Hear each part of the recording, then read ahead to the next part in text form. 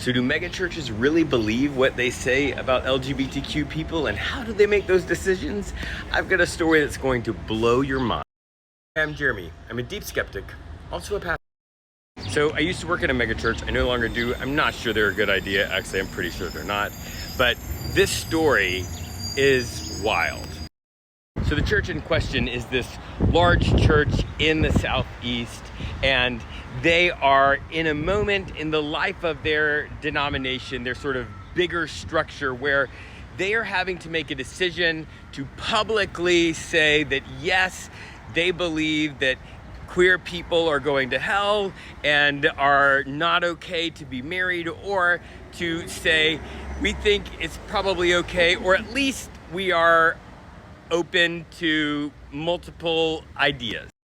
Now, this was a conservative church, so you'd expect for them to sort of stand on biblical literalism and stand on these conservative principles that they have talked about, but only implied, right? They've not actually come out from the pulpit and said that gay people are in sin and that they're going to hell, or that gay people should not be married. They've never said it explicitly, always implicitly, and they take a pretty literal view of the Bible in general. So you expect that they are going to make that decision based on biblical principles or their beliefs, but they didn't. Coming up against a deadline for an actual decision based on their denomination's decision-making process. And they, on the outside, were talking about making a decision and discernment, but on the back end, they were having private one-on-one conversations with their donors. And by donors, I don't mean the people who are giving a couple of bucks. By donors, I mean the mega donors. By donors, I mean rich people.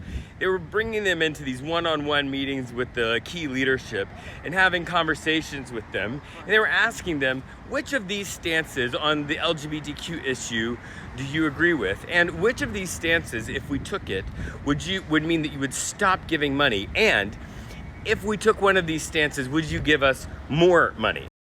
Now, not all mega churches are the same, and some people might defend this by saying, oh, that's just them being responsible and looking out for their financial future, but that's not what they said about it. They took this as a principled moral stand, and this is one account that I have first-hand information on, but I actually have first-hand information on a number of accounts. A number of people have told me all of the same kinds of things about stands that these mega churches have taken and described as moral stands, as stands on the Bible, but actually were made because the donors of the largest amounts supported them and would either give them more money or at least would not pull their money.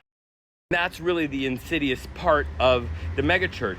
It requires so much money to sustain that the financial burden of sustaining the church often ends up corrupting it because it just requires so much.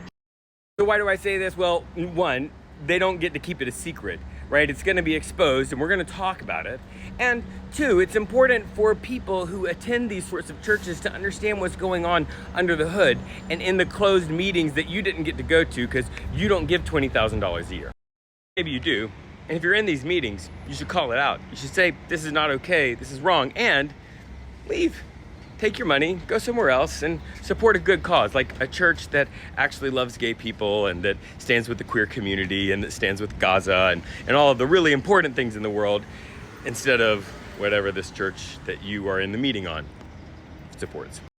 Oh, also happy Pride Month, because this month I'm splitting my creator funds with the Trevor Project. They're amazing. If you could give money to anybody, you should give them to the Trevor Project. They provide free counseling for LGBTQ teens and young people, so please check them out. And when you watch this video, if it shows up in your For You feed, some fraction of a penny is going to get to go to help support the Trevor Project.